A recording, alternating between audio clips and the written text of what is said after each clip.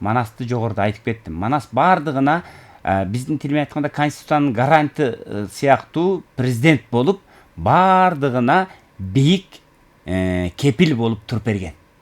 Манастын өзгөчөлүгү, Манастын баалуулугу ушунда. Бүгүнкү күндө ажообуз баш болуп, Манастан ала турган сабак көп.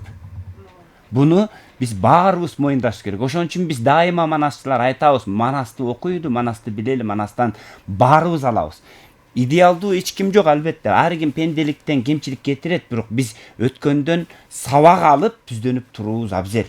Манаска эч кандай бийлиги жок, кошой жанагы Манас деп койсо барбай чөт экенсиң, чал үйлөгөн чанаштай дардай чөт экенсиң дегенде, Манас не болду дегенде, Манас эт бышым эңгиреп отуруп берген.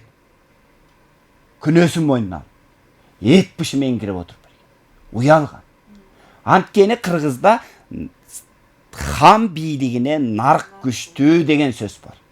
Биз дайыма эгерде туруктуу, өнүккөн, маданияты бийик, мыкты эл болобуз десек, биз ушул өткөндөрдөн жана келечектеги боло турган нерселердин бардыгынан ойлонуп, акыл калчап, ушулардан сабак алышыбыз керек. Манаста бардыгы бар. Манас так бүгүнкү күндөгүдөй президент болгон. Ал эми кошой бакайлар аксакалдар кеңешинин башчысы болгон. Бүгүнкү күндө аксакалдар кеңешинин башчысы калыс ошондой пикир айта алабы? Же бакайга окшоп төө кайтарып жүрөбү? Бул башка маселе.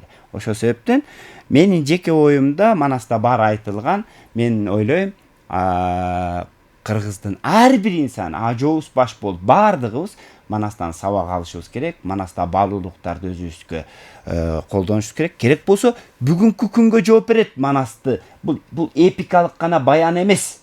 Манас бүгүнкү күндүн турмушу.